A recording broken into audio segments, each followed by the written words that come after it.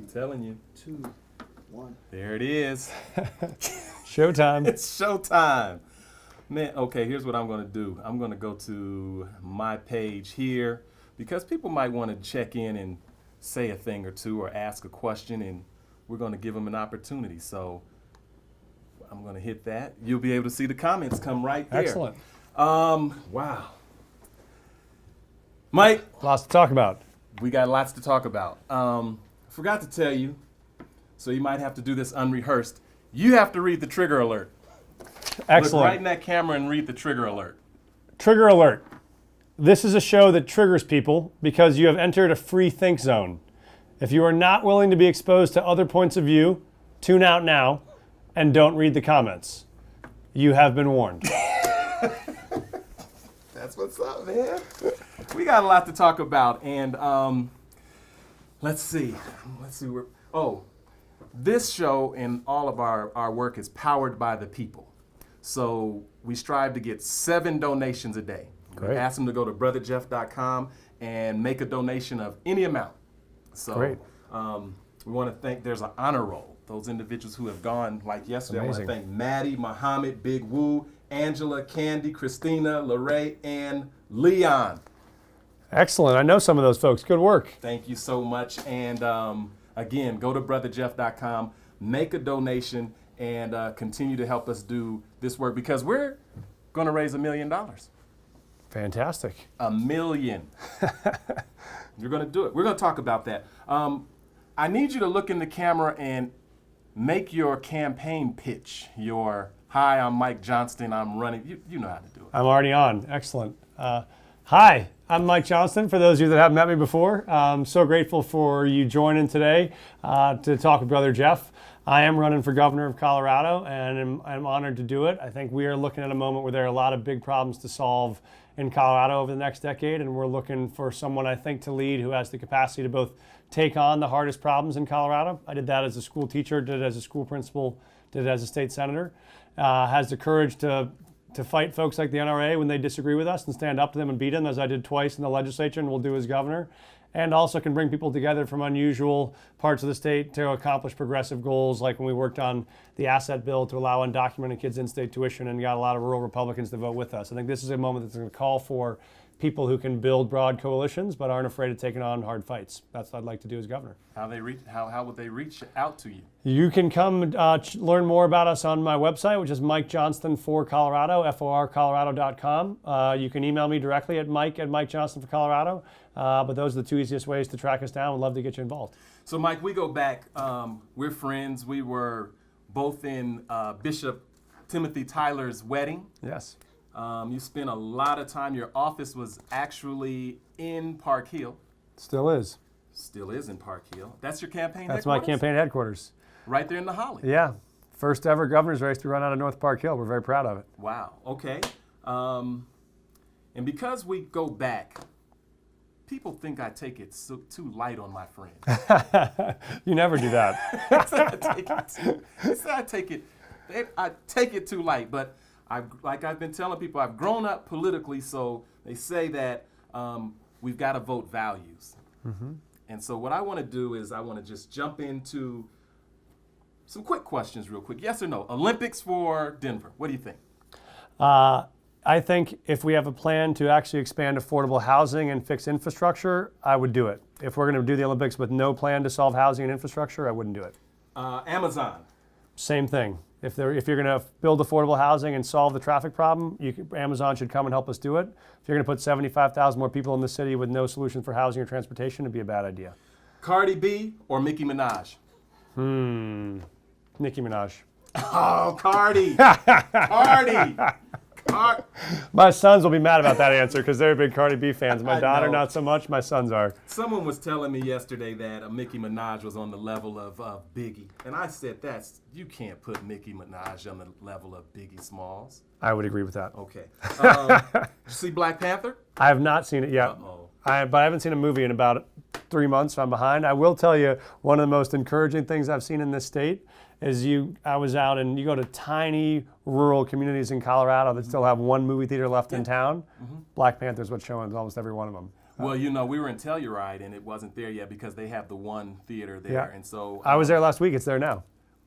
Excellent. I love It's Telluride. in Fort Morgan. I mean, Fort Morgan, they got this tiny 100-year-old movie theater. Only shows one movie a week, run by volunteers. Every Saturday night, the show you can see is Black Panther. Well, I'll tell you all, if you're watching, you're going to get an opportunity. If you have a question for Gubernatorial Candidate Mike Johnston, go ahead and text it in. We'll try to look at the screen and see if we can get to some of your questions. Did the Democratic Party cheat to get Hillary Clinton into the to become the Democratic nominee? I don't know that they cheated, but I don't think that I think that there was a sense that there were people inside the party who wanted Hillary to win and not Bernie, and I think they used that advantage to try to help her. I don't know that anything illegal was done or untoward. You know, a lot of old rooms where they used to make backwater deals in the Democratic Party. I think we like to believe we're beyond that now, which is no one gets to pick for the people who their nominee is. And I think in this race, you're seeing the same thing, which is folks are saying, we got to give people the choice. There are a lot of folks who would like to have, you know, one candidate picked by the party. I don't think that's the way democracy ought to work, because people ought to have to fight for their support and earn it. So what's going on with the Democratic Party locally and nationally? Are they picking up momentum, or are they capturing like the sentiment of just ordinary people, or are they going to still try to go with that back door kind of smoky room kind of approach? No, I think there is a moment now where we're picking up a lot of momentum because folks are saying they're obviously not pleased with what's come from the Trump administration, and I think the party is trying to say, how do we make sure we're listening to the folks whose voices haven't been heard more and more? But I think the big thing for our party is we have to be clear not just what we're against, but what we're actually for. And so I think it's easy to be against Trump. I think the more important question is, what are we for? And I think that's why hopefully a lot of things we'll talk about are things from criminal justice reform to workforce development to education to death penalty to war on drugs, all those things that we actually got to figure out what we're for. I think that's the more important question. Got a lot of work to do. 30 minutes. We're going 30 minutes. I think we can do it. You know, there's this, I'm sure you've looked at this. Is it the Magellan Strategies? Magellan, yep. The Magellan survey, and they said that those who are vying for the Democratic top spot, they have Jared Polis and Kerry Kennedy, and they've got my man Mike, kind of back there. I'm third. You're third. Third out of four? Third out of 5, but we're getting up there. I think so. There are a couple things about this. One is obviously, we started out at 2 or 3, so we're up 5 or 6 points. But most importantly, what you're finding is that there are about 75% of the voters in the state that are undecided right now. They haven't made up their mind. So what we knew is you're running against someone who's been a congressman for 12 years, or someone who's a former state treasurer who've been on the statewide ballot. It's a name folks know and recognize. This is obviously a sign of what names people know and recognize at this stage. This campaign is just getting started. And so what we know is the first debate is going to be next week on 9 News. We're going to have TV ads will be up, we'll be out. People are now starting to focus on this race. And what we find is the folks that know who we are coming in a strong way to our side. And so for us, it's a matter of just building that name ID and getting the word out, which is what we'll do both from debates and from earned media and from paid TV. And that's all stuff that we're prepared to do. I think we've built the best grassroots volunteer effort in the state. We were the fastest campaign in history to ever get on the ballot. And the first one ever to do it, talk about powered by the people, first one ever to do it without paying some sort of outside vendor. It was our team of organizers and volunteers statewide, did it in 30 days. So we both have real grassroots engagement, and we've raised more money than any campaign in history. And we've done that as the only campaign not to take PAC money, not to take special interest money, and not to self-finance. And so I think we got grassroots momentum. We got a lot of support from people around the state. We think we're positioned to be the ones to rise here when people pay attention in the next 80 days. Well, I'll tell you what, there's 36% in this survey that have not even come to a conclusion. So That's right. Lots of work. Lots of work to do. I've got a couple of questions for you, and one question, where is a listener or a viewer came in very early, and he wanted me to ask that if you were still under the dome, this was Patrick's question, would you support the right to rest bill? So I haven't. This is the one about the the camping ban and around the changes to that downtown. Yeah, Patrick's he's asking, would you vote in favor of the right to rest legislation? And to Patrick, I would say, my rule always as a state senator was I read every bill I have before I vote on it. And so I haven't read the new right to rest one. I would certainly look at it and give you an answer on that. My general take is that we ought to be able to do a lot more to expand the support we're providing for homeless folks across the state on two fronts. One is we have not provided adequate mental health support around the state, which means you have more and more people who don't have mental health services who are now showing up homeless because they can't get that kind of treatment. The only place right now, as you know, folks get sent for treatment is called prison in Colorado, and it turns out that's not a good place to get mental health treatment. So I think we have to stop criminalizing mental health in the first place and actually get folks treatment and support early on. I think that's the state's obligation. And I think we've failed ultimately at our commitment to affordable housing and providing housing support for folks that are either on the fringes of society or can't pay the bills right now. And I think the state has a role in a much more aggressive investment to support affordable housing. So I think the big challenges are better mental health support, better affordable housing. I'd be happy to read the details on what the right to rest requirements are. I think that's the place where the state's fallen down in our commitment. Darlene mentioned that. She said senior housing is rising. So are you seeing housing a problem across the state or just in the metro area? This is, you hear it every single county you go to. There's Colorado Mesa University, which is out in Grand Junction, runs a survey each year of what the biggest problems are in the Front Range and on the Western Slope. And for 20 years, there's never been the same issue at the top on both lists. And this is the first year it has, and it's housing. Housing is the single biggest issue for folks almost in all parts of the state. And so we've come out with a plan to solve this, which is about how do you build a partnership between public entities, cities, states, counties, and between developers to keep housing affordable. Right now, the problem is the minute you buy a plot of land in 5 Points or in Whittier, it's already unaffordable the minute you bought it, right? For folks that make 60, 80% of area median income. So our proposal is what the state ought to do is help partner by using state land. So because the state owns 1/16 of all the land in the state. So we could say, all right, we'll take this stretch of downtown and we'll partner with the developer, give it to you for a lease, 30-year lease, you can develop units on that. But the agreement is those units have to stay rent controlled for 30 years. Wow. So if you're a teacher, you're a nurse, you're a recent college grad trying to find your first place, you can move in there and know you can stay without every 3 months worrying that someone's going to sell it to a new landlord who raises the rent 30%. Man, let's go Me Too under the dome. Yeah. Resolution to expel Senator Randy Baumgartner fails. You familiar with that? I am. What's going on with Randy? Yeah, I think there have been, I obviously supported the call for Representative Lebsock to stand, to resign and then be removed. I think not only the way that he behaved, which was unacceptable, but the way that he then tried to abuse and blame the victims of that harassment and try to take damaging parts of their personal lives, I thought was all showed a pattern of conduct that called for him to be removed. I think this was one where there should have been a fair debate to look at what the facts were in evidence and whether or not there was a call for Baumgartner to be removed. I think there was not a fair hearing, I think, for that question in the Senate the way that they had in the House. Well, Lebsock, he was expelled by his colleagues. Yes. And switched parties on his way out. Yeah. He flew the bird at him. He did. He did. He flew a bird.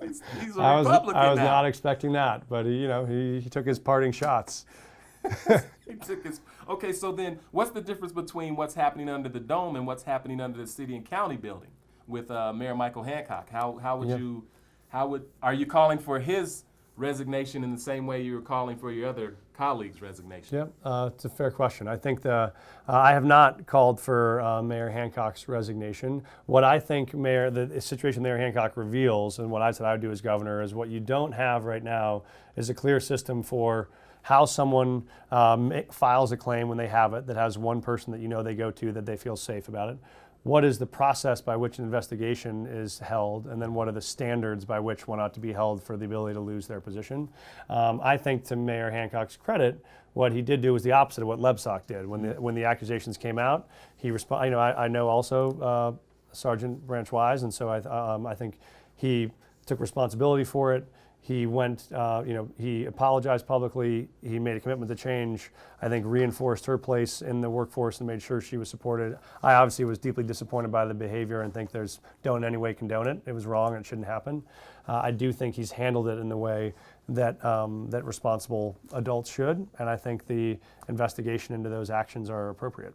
You know, the whole situation showed me, it gave me another glimpse inside of how the city and the county operates around some of these issues and some of the gaps. For example, city council not having a way of censoring or even a policy in place that would allow them to look into those types of issues from the city council position. Mm-hmm. And then the mayor's office also has a different track, mm-hmm. different bodies. Mm-hmm. So yesterday we had some confusion because we thought they shared the same legal counsel, but they actually have different legal representation. The city council has different legal representation than the mayor's office. I did not know that either. But this goes to what I think people saw at the legislature too, which is people weren't sure, there wasn't clear signs for what the process was, which is if you are a victim of harassment, who is the person that you go to? How do you know there's going to be a clear course of action for what's going to happen after you report that? And then what are the standards for how a decision is made? And so everyone knows up front and there's clear accountability and clear training. I think that wasn't in place at the legislature, and it sounds like that wasn't in place at the city council. Well, a lot to learn, a lot to grow. How much money is it going to cost to get that governor's seat? I don't know that. We're working as hard as we can to raise as much as we can. Obviously, we're running against one. Jared Polis is going to self-finance his campaign, so he's going to spend as much money. I think he's the single wealthiest member of Congress in the country, and so I think he's going to spend whatever he thinks it takes. We're going to raise as much as we can. We've been fortunate to raise more than any other candidate so far, and we're out there, working as hard as we can. But I don't know what it's going to take. We're going to just do the best we can for the next 90 days, and then try to get through the primary. But I hear you're a beast at the fundraising. Well, we've been working hard at it, and we have been more successful than any other candidate in history. So I think that we knew we'd have to have the resources to run against Jared, and we've been successful in doing that. I think that matters in a lot of ways, just to be able to get your message out, right? You got to be able to have people hear what it is that you believe, and we hope folks come to programs like yours instead to get the in-depth news. Folks that are too busy to do that, we got to make sure we can get them a 30-second snippet they can learn about. Taking any PAC money? I am not taking any PAC money and never have. Wow. See, because somebody said that Frontier Fairness. Is that Frontier Fairness? Yes. He said it's a PAC organization. So it's a separate organization that I'm not connected to. They raise money, they can spend money to support my candidacy, but I can't arrange anything, talk to them, coordinate. They're a totally separate outside entity. All I'm responsible for is raising my own money, and my own money always comes only from people. And only from people who are not either special interests or not, obviously not PACs, and not coming from me. You know me well enough to know I'm not going to self-finance because I don't have the money to self-finance. I'm not going to self-finance either. I'm going to ask 7 people to come in right now, right. And if you make a contribution right now, I want you to hit the heart button so we could see what's going on. I've got to get 7 a day. I know. 7 a day. That's how you do it. You grind it out one day at a time. I got to do about this. I got to do about 3 times that many a day. You probably have to do like 700 a day. But, not many calls. I mean, the fundraising part. But is that your least favorite, or I mean, how do you? I mean, you've been doing this a while. It's not my favorite. I think my favorite is you end up in little coffee shops in small towns talking to 15 people about the things that they care about. That's the fun part, and you get amazing stories from people. I've met with a guy 3 months ago who was working in a field in eastern Colorado the day the Japanese bombed Pearl Harbor, and worked the whole rest of the day to make 25 cents to get a bus ticket into Denver to volunteer to join the U.S. Army to fight World War II. I mean, it's not often you get to have the privilege to meet folks like that, and so that part I love. The fundraising's hard, but yeah, just like you, if you have a mission you believe in, you got to raise the money to keep it going. And so for us, it feels a lot like when I used to raise money for nonprofits I'd run, which is, all right, if there's something we want to get done, people believe in that, then you're asking them to invest in the cause more than the candidate. Did Mike Bloomberg drop $1 million on you? He gave, I did not know, it's funny, someone told me that, and I read it in the newspaper the same way everyone else did, which is he gave to the Frontier Fairness entity. So I didn't know that until they sent out a press release. But, I was the one that after the Aurora Theater shooting happened and people said, oh, gun safety, nothing we can do. I said, I don't think that's true. There is something you can do. You just have to have the courage to do it. And so I was proud to sponsor the bills on banning high-capacity magazines, on requiring universal background checks. I think Mike Bloomberg's done a lot to fight around gun safety in the country and is looking for folks with the courage to take on the NRA, and was grateful that he decided to help us. So when you think about campaign finance reform, do you think that's an important issue, and is having these well, I don't know if we're going to call it a PAC, but these organizations that are able to help you around ways that you don't have input in. Is that another way of saying, I'm not involved with them, I don't have anything to do with them, but they drop a lot of in-kind support? I think that campaign finance is absolutely something we're going to have to take on. I think it's going to eventually have a deep negative impact on democracy. Some folks would say it is happening now. I mean, you look at just look at the Illinois governor's race right now. Right now, there were 3 people running for governor of Illinois. All 3 of them were billionaires. Right? I mean, it's like the table stakes for running for governor in that state is you got to be able to spend $70 million of your own money on a race. I don't think that's really a democracy anymore. I think that's an auction. Well, Tony Pickford, he's running for city council at large. He was on yesterday. I think he called that crony capitalism. That's right. Yeah, that's right. So I think it's both a matter of how do folks fund their own campaigns and how do folks make sure they have support. I think what I like about the fundraising is it is a lot of calling people and saying, hey, do you believe in me enough to give us $25? Or going to a room full of people and saying, hey, if you support us, can you chip in $5 or $10? And they'll say, you know what, I can't vote today. What I can do today is commit, like your 7 donors, these $5 or $10 to help you. And that does feel like the way that you build a movement. So I think that part of the idea of how you raise money for a campaign seems consistent with our values. The notion where people can just spend all the money on their own to buy it, or where you have this, I think, terrible case at the Supreme Court, which says that corporations or people, Citizens United, and allows them to all fund campaigns as much as they want. I think those are going to be problematic. Why does PAC money get a bad name? I think PAC money gets a bad name because it's not a person that's spending it. So you can't say, Brother Jeff wrote me this check. It might be the Southwest Denver Realtors Association, or it might be an entity you've never heard of. But if you just know it's an organization without a person behind it, then there's not a way to connect whatever that person is to that interest. Now, folks can say, I have 6,000 donors. So someone might say, well, why did Lonnie Young give you $20? I was like, well, I don't know, but you could go and ask her. She's a real person. Her name's reported. Every one of my donors are public and listed. Time flies, doesn't it? It does, man. 30 minutes. Too many good things to solve. 30 minutes with Brother Jeff. And we haven't even scratched the surface yet. We're just getting started. I mean, I haven't even gotten a chance. Hold on, we've got to talk. You a member of CUVO? I'm not. I need to be. Got to. Mike. I need to be. Mike, you got to be a member of KUVO Jazz Radio. I'm ready. You see Is that my membership form? Well, my membership is up for renewal. So Excellent. That's my form.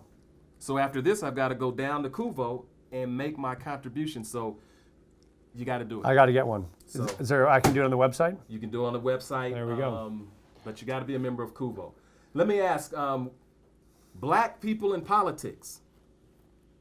What are black issues, or is that even a fair question in today's kind of all lives matter environment? What would you say to black people that would encourage them to say, that's my man?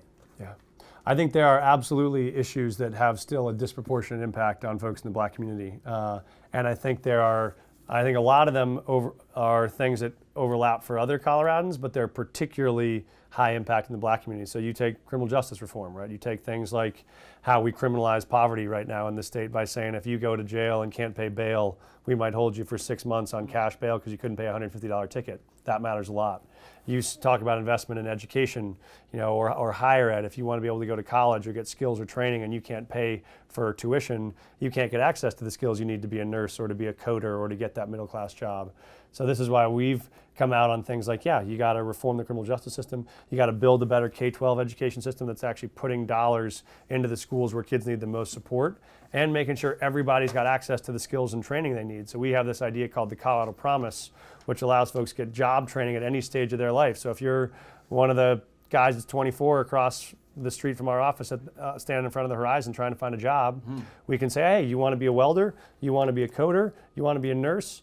We can get you into a training program debt-free where a year from now you'll be employed, you'll have a job, and you won't have a bunch of debt. And so I think there are things that uniquely are having an impact on the black community in this state, and that is about quality education. It's about access to quality jobs, and it is about housing. You have more and more folks who can't afford to live in the neighborhoods where they grew up. You take the neighborhoods right outside your office or outside mine, got a lot of families either wanted to stay in those communities where they were raised and can't afford to anymore because they don't have housing solved. So I think those issues are uniquely important and ones that I've been proud to stand shoulder to shoulder with you on over the last 8 years in my role in the state Senate.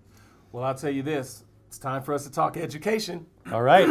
Education it is. Let's do it. Some madness happening at Manual again. You know they're searching for a new principal. I did know that.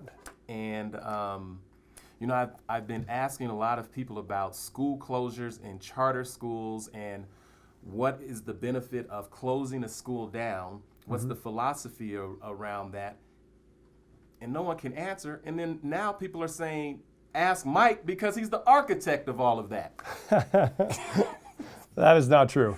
Turns out when you run for governor, people say a lot of things that aren't true. That's one thing I've learned. Okay, let's clear it up because I want to see what's happening with like DFER and SB 181 and all of that stuff. You bet. And so I put it out there. had nothing to do with the legislation around school closure or accountability. That was all the accountability standards that were put in place before I got to the Senate. I was running a school at that point as a principal in Thornton when that stuff got passed, and that put in place what are the standards for schools, what's the accountability, what actions do you take over time.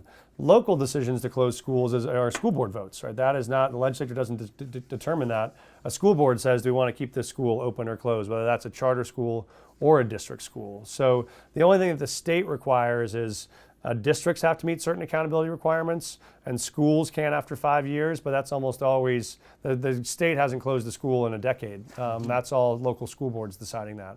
So that's not anything that I've led or am a part of. So where do you stand on school closure? So I think, I mean, for me, my belief is you ought to be able to make sure you're providing high quality schools to every neighborhood, and that parents have choices in those neighborhoods. And so that means I think that you want to make sure that there are multiple good options.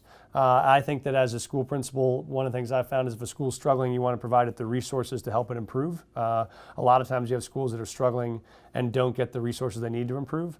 I think if a school's struggled 3, 4, 5, 6, 7, 8 years and we've invested in it, tried to make it improve, and there's a way to bring in new leadership, a new vision, a new school model, I think those are all possibilities. I don't think that at this point you really close down buildings. You look at replacing leadership teams. You know, is it an old principal or a new principal? I haven't talked to Nick yet, so I don't know what happened to Manual, but I was surprised by that move in general. So, Darlene said there's an active shooter in California right now. Oh, wow.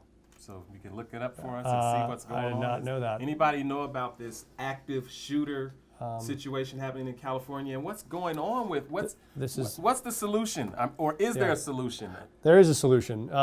I came out with the plan that we call for no more, which is people always say, what can you do for no more of these mass shootings? I think we've said there are 4 things you can do.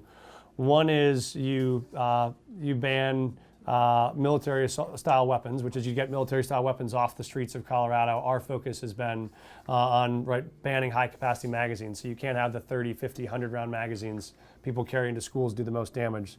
Second is you got to require universal background checks so that anytime you go to buy a gun, you got to get a background check. Third is you got to ban bump stocks, which should be obvious.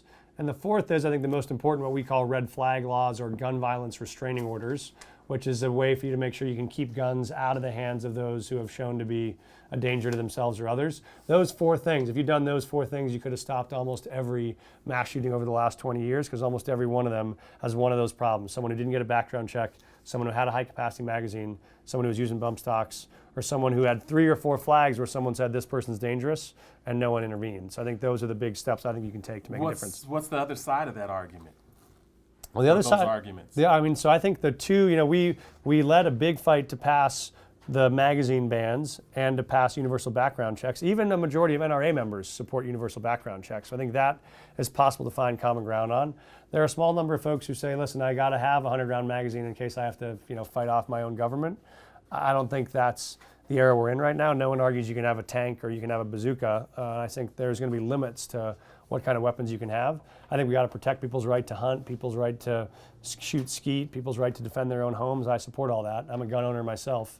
But I think that these are common sense steps we can get people who are gun owners and who aren't to say this is a reasonable step to take. Someone's saying that the active shooter is at the YouTube headquarters.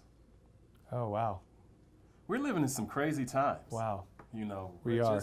Just crazy times. Okay, let's talk a little bit more, about education. I was so excited to hear that you were going to speak at Harvard, and then the student body wrote a long letter of why they didn't want you to speak at Harvard, and they wanted to have your offer rescinded. They wanted to, have their selection process more transparent. Yeah. Because they are saying that, look here. As a state senator in Colorado, Senator Johnston has pushed through education reforms that we believe work against educational justice for Coloradan students. They had to work on their teachers. letter. Yeah, school. They're Harvard. This is Harvard, Mike. This is Harvard speaking. We can't. Okay, school leaders and communities. Senator Johnston often claims to have been inspired by Dr. King and other civil rights leaders. However, we believe his vision and policies have been informed far more by conservative economists like Eric Hansard. I don't know. Hanishek. Yeah, the funny thing is you say about this, the student body, this turned out to be about 7 students at the student body, and I know because I flew out to give the speech, I reached out to these folks and said, hey, let's sit down and talk. If you have concerns or questions, I'd love to meet with you. So I went a day early and sat down with those, and there were probably 8 or 10 students who showed up for the conversation. We talked for about 3 hours. Turned out we agreed on about 90% of the things they thought we disagreed on, and I gave the speech and got a standing ovation at commencement. And so it all went okay. But for me, it shows my belief about how you approach conflict, which is rather than avoiding it. They gave me a security detail, like 3 Boston police officers. I thought I was going to be an assassination target. My belief was no. People say that they're going to come after me for this show. Exactly. So my belief is great. If you have folks that disagree, let's show me where they are. I'd love to sit down and talk to them because I figure it always gets better by directly listening and directly talking. So we had a great conversation. I think they walked out a lot more informed, and I got a great reception. What were the biggest? Like when you look through this letter and the what they were accusing and all of those different things, what were some of the things that were perhaps they were right on about, and what were some of the things that they were right off about? I think the things that they were wrong about were that were what the purpose of my policies were and what they were meant to accomplish, which is I've spent my life working in some of the toughest school environments in the country. I started my career teaching in Greenville, Mississippi. I ran a school in a juvenile prison here in Denver. I ran a school that served all kids in state custody. Ran a school mostly for immigrant families up in Thornton. And so I've spent my life in communities and schools where we're trying to make sure every kid's got a fair shot. And I think part of what we were fighting against was, before we did this legislation, there were a lot of folks who said, oh, wait, you couldn't expect me as a teacher to go into a school with those kind of kids and have them make progress. I mean, some kids just aren't going to learn math. And that was what we were really pushing back against was, no, we ought to expect that every student and every school in Colorado is going to improve. They were saying that those schools that you worked in or those environments that you worked in only had a limited number of students, so it was easier to get the types of results that you're speaking of, as opposed to, like, say, a district-wide approach. I agree with that. It's much harder, of course, to make district-wide change than in one school, so I never argued that we were perfect on that. My point was just that the reason why we had to make change was it was clear the system as it existed 10, 15 years ago was not adequately and fairly serving kids of color and low-income families, and we want to have a system where we're expecting every school and every classroom to be serving all kids. And one of the things we committed to was that our evaluation system ought to show that students are improving while they're in our care. And that was the basic idea. What is this? Let's hear about that student push-out rate at Mapleton Arts. What is that? I don't know what that is. The school that I ran. Hi, Andrea. How are you? The school that I've known her for a long time. The school that I worked at, we talked about the fact that we were the first high school where we had 100% of our seniors who all graduated from high school and were admitted to a 4-year college. Some people have said, oh, does that mean that 100% of your freshmen all graduated as seniors? I said, no. As anyone knows that's worked in low-income communities, you have a very mobile population. So I got kids whose moms lose their job in 9th grade and they go to move with their aunt to Arvada, or they get relocated to Birmingham. And so we had kids that moved or left. We never claimed that 100% of kids that came into the 9th grade finished the 12th grade. What we did claim and we did prove was that the kids who were in our class as seniors all graduated from high school and got them into college. And there are other schools that have done that since then in Mapleton that we're very proud of. But I think the key is how do you focus on all kids and on making sure that every kid gets the education they deserve and gets the support they need to succeed. You know that the community created a community DPS school board because the actual school board doesn't seem to be able to effectively improve or even foster excellence in our zip code, Black and brown students. And so there's a community school board that's really going to hold the DPS to task as it relates to the Bailey report. You familiar with the Bailey report? Yep, I was there when it was released. So talk about what can be done, or how do you hold DPS accountable to better outcomes as it relates to Black students? I think this is why, some of the people that said they oppose the idea of standards or of tests or of evaluations, well, one of the reasons why we need those instruments is to be able to say, I want to know how Black students are doing in every high school, middle school, and elementary school in the city. And I want to know in what schools they're really making great gains and in what places they're not, what the practices are that are working in those that aren't. So I think we do have to be able to hold DPS accountable, hold school leaders accountable, and be able to say, listen, we expect that Black kids that are in your care are going to make progress, are going to improve. And so I think that's one of the reasons why that data set exists. And it's so folks like us can say not just how are those schools doing, but where are we spending money? So if we have, you probably saw some of the postings about students riding on bikes in the middle of classes on laptops, right? Talk about that, because that's been a big issue in the community in terms of some students have bikes with laptops, and others, like over at the College Prep Academy in Montbello, they don't have a library.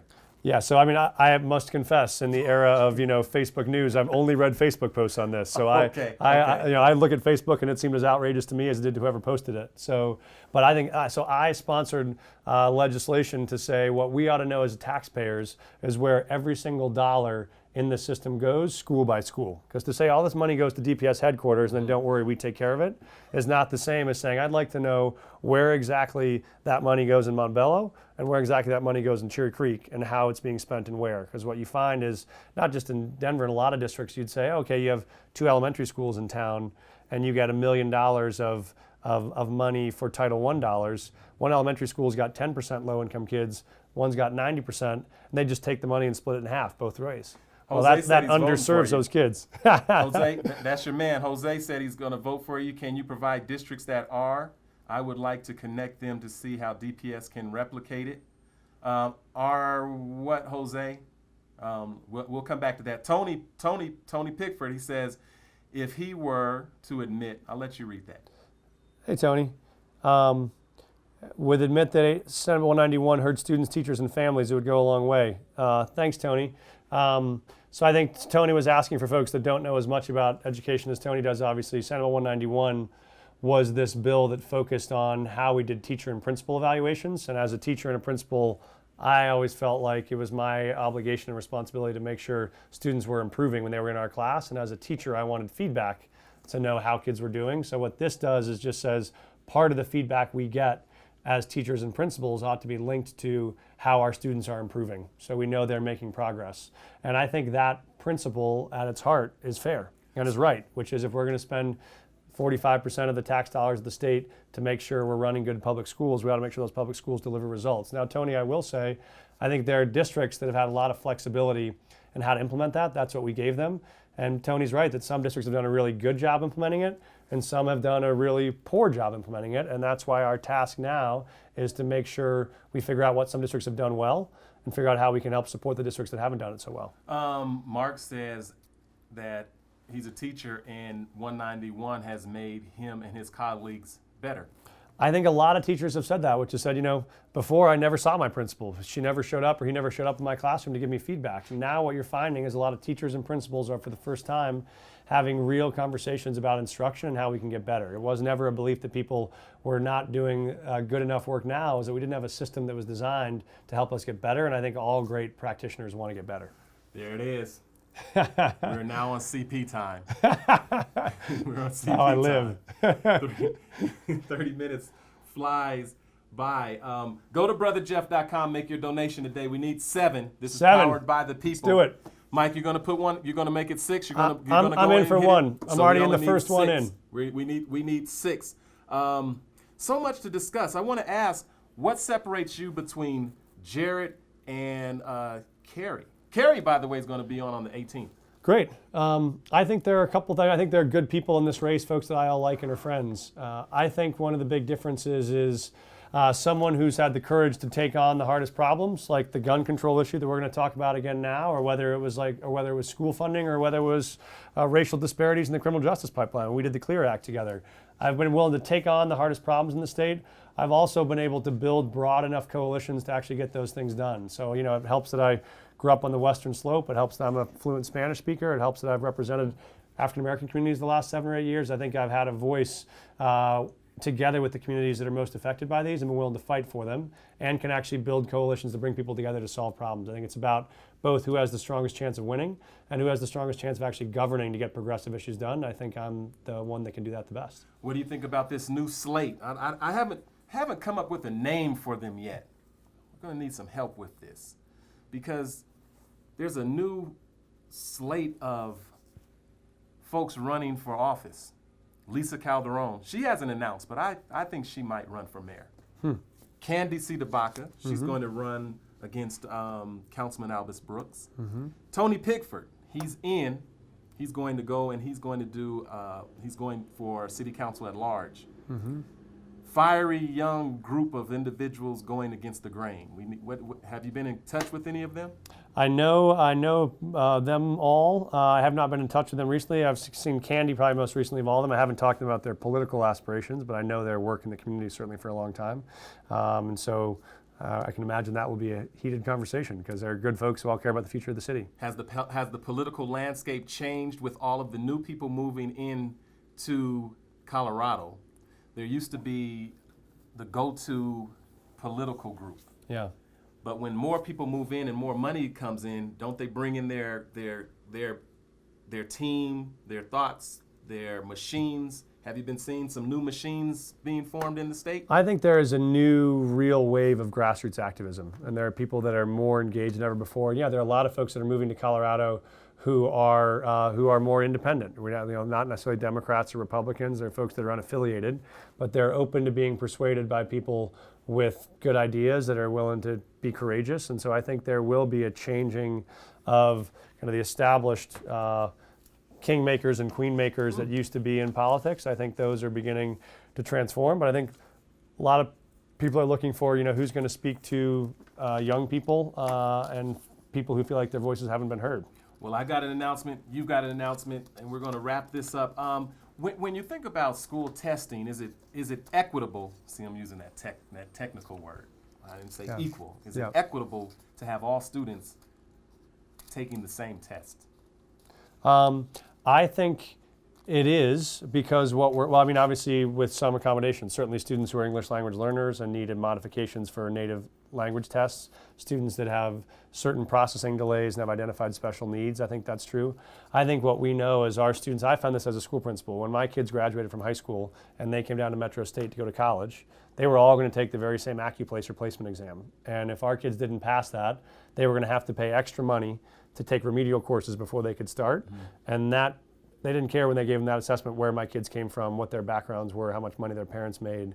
What they knew is if they couldn't test into that starting class, they had to pay more money out of their pockets they didn't have. And so my belief was, in a world where those hurdles exist, like bar exams or medical exams or Series 7 real estate exams, I want all of our kids to be able to pass them and to give them the skills they need to succeed. Wow. There we go. We're wrapping it up. Thank you all for tuning in. Mike, make your announcements. My announcements are come check out our website if you want to be able to learn more, MikeJohnstonForColorado.com. We have some couple of fundraising events this week. We have one Thursday, 6:30 to 8. Come to our Facebook page in the neighborhood. Love to have you come join us if you can. And we'll be doing meet and greets all over the state. So if you ever want to come and ask more questions or be able to sit in or give us more feedback, we'd love to take it. If you want to volunteer and help get us engaged in building the coalition we'll need to win and govern the state, we'd love your help. So come join us. My announcement is Our Voices, Our Schools Parent Empowerment Summit. That's going to be happening on Saturday, May 11th at Shorter AME Church. Somebody please put a link in the descriptions here so that people can register. And then also tomorrow, Ajamu Baraka will be here. National organizer, civil rights, human rights activist. And he's going to be right in your seat tomorrow. Excellent. On the 4th. The 4th is an important day. You know what it is? I do. It's the 50th anniversary of the assassination of Dr. King. I think today is in some ways an equally important day. Today is the 50th anniversary of what I think is the most powerful and profound speech ever given in American public life, which is the speech that Dr. King gives at the Kojic Church on the night of April 3rd, the mountaintop speech. The mountaintop speech. Yep. I like Beyond Vietnam. Oh, that's that. You're going to the B-sides now. You're going into the deep tracks for that one. All right, everybody. I know you might not be watching this live. Now you're probably watching it on demand once we go offline. Even better. We're like Netflix. Yeah, so you can go ahead and make that contribution. Mike's got to get 7,000 today. Or something like that. And 7,000 would be great. We'll work together.